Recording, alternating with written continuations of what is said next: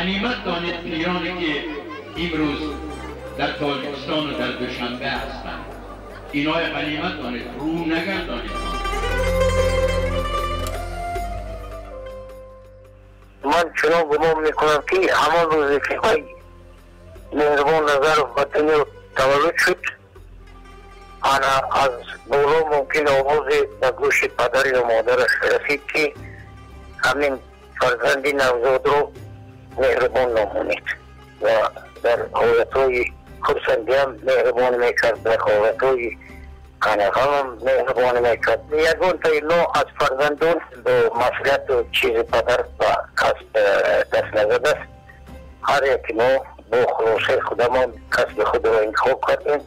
ما همه در فرهنگ و سند فعالیت میکردیم. مهربان نظرم را بهترین وزیر فرهنگ در تاریخ تاجیکستان شوروی مینامند. وی از سال 1966 تا 1979 در این وظیفه کار کرد و برتریش در آن بود که خود مو به مو زاده و پرورده فرهنگ و هنر و ادب بود. ژورنالیست، درامنویس، کارگردان، ترجمان، عالم فرهنگ شناس. مهربان نظرویچ یکی از بهترین وزیرهای همین فرهنگ جمهوری تاجیکستان. برای چی؟ برای اون که اون کس خودشان صنعتکار بودن، خودشان هنرمند بودن، خودشان کارگردان بودن، خودشان درامنویس بودن. بنابر همین در همین بیگ صنعت به فکرم از کودکی اون کس جشته. هنرپیشگان و کارگردان ها میگویند مهربان نظرов به رشد تئاتر دقت خاص میداد و در آماده شدن هر نمایش تئاتری شرکت میکرد. از حال هنرمندان و نیاز آنها آگاه بود. به نمایش های نو آمده تماشا میکردن و اشتراک میکردن. بعضا هم تو تئاتر می آمدن و وقتی مشق میدیدن و سپس میگفتن چی کم بودی، چی نارسایی است. و نهایت وقتی که در افغانستان اون کس کار کردن، یک اثر نوشتن با نام دست دوست وزیر.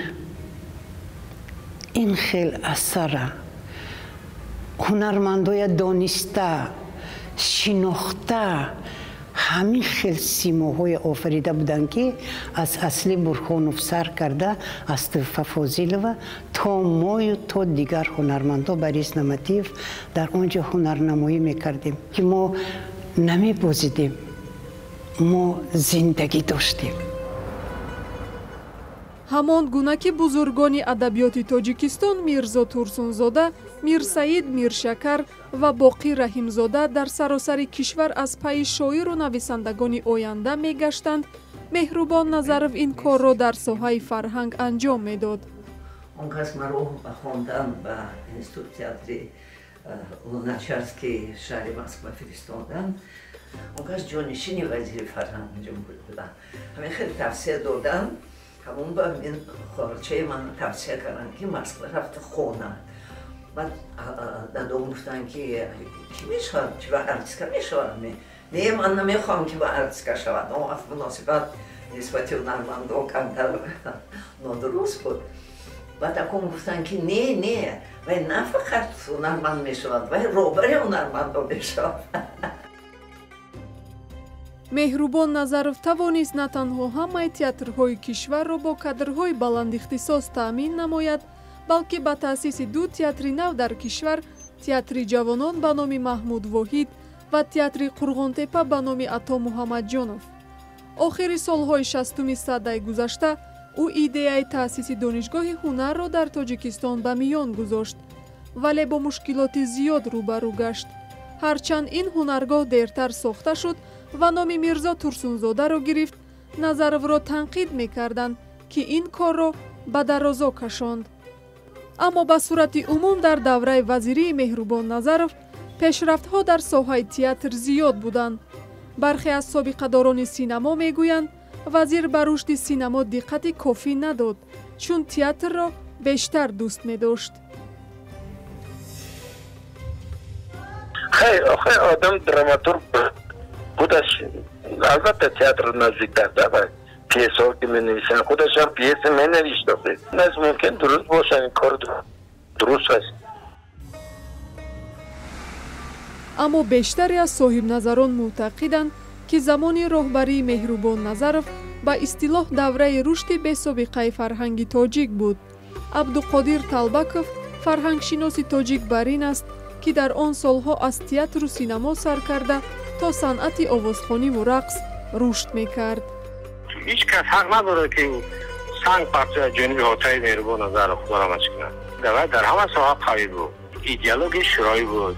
Масалан, ҳеҷ наметавонист ки ҳунарманда ҳунарманд рӯз боло монӣ. ҳеҷ наметавонист ки театри ту бояд рақами як бошад. он фарзанд забони худашонанд. Меҳрубон Назаров дастаи рақсии Лоларо таъсис дод ва ҳунармандонеро аз Самарқанду Бухоро даъват кард. агар дертар дастаи рақси Зебо машҳури олам шуд, заминаро ӯ гузошта буд. корнамои ӯ ба андозае муҳим буд ки Москав ӯро барои кор ба Афғонистон фиристод. ӯро аз бунёдгузорони театри Афғонистон меноманд. комёбиҳояш подшоҳи ин кишвар Зоҳиршоҳро ба як дӯст ва ҳамнишинаш табдил доданд. اما زویشو آمده در آمده با ای خونیم محترمیم شما در یک پا آمدید گشتم تا نگاه کرد مهربان نظر بشیش ایجاشتگی پیش نیوم چی کرد سلام کرد شما خوبید تینجه گفتن بعد خیلی گپای نازیتن مهربان نظر بشم سر بلند شید خیلی رو بلند شید بعد شو خیلی تکلیف میکردن ضیافتی کلان داد بچه کلانشه گفت که حتما این میمونا دا خوب نظارت نکنی. خیلی بعد او با اگرشتا یک خالینی بود یک همه خیلی تبلیغ که کیلوگرین کدگی چسبوندگی مودا تقدیم کرد که از نام زویشو گفتن خیلی نوی دیده بر ما خیلی خستن شدیم که مهربان نظرش آبروی کلان داوجه پیدا کرد. با وجود شهرتش Меҳрубон Назаров як инсони оддӣ ва самимӣ буд. Делали реставрацию какой-то крепости, по-моему, за... چنین حالت بود. وی به انشاءات کدام قلعه در بیرون دوشنبه می رود. وی پیاده راه می گردد برای دیدن انشاءات. زیرا وزیر فرهنگ بود آخر. کارهای ساختمانی را نظارت می کرد. و اینک وی در پهلوی نگهبان نشست. نگهبان به وی چای داد و آنها طولانی و با مهربانی صحبت کردند. وی گوش کردن را میپسندید. بعد والگه‌اش رسید و راننده گفت که مهربان نظرویچ ما باید برویم. نگهبان نزد راننده آمده میپرسد که این وزیر است؟ بسیار آدمی عادی.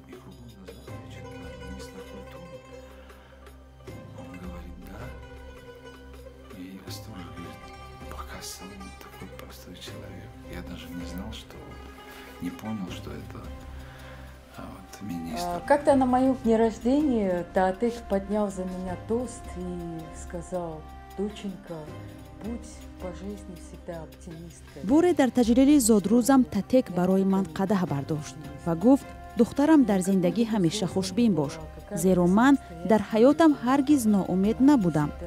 ҳар чӣ қадар бузург шавӣ ҳам барои мо ҳамеша кӯдак мемонӣ ва ҳамеша хоҳӣ донист ки Нанек ва Татек мехоҳанд туро чунон сахт ба оғӯш бигиранд ки ту бӯи Нанеку Татекро фаромӯш насозӣ. он кас хеле пайванди наздику дӯстдоштанӣ буданд. ин худ як хушбахтист.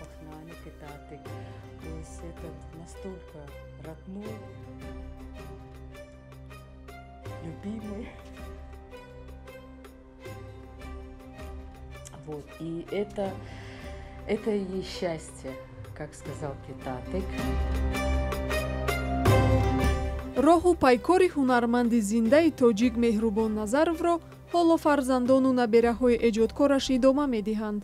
писари ӯ Далер Назаров аз ҳунармандони шинохта дар Тоҷикистону берун аз он аст.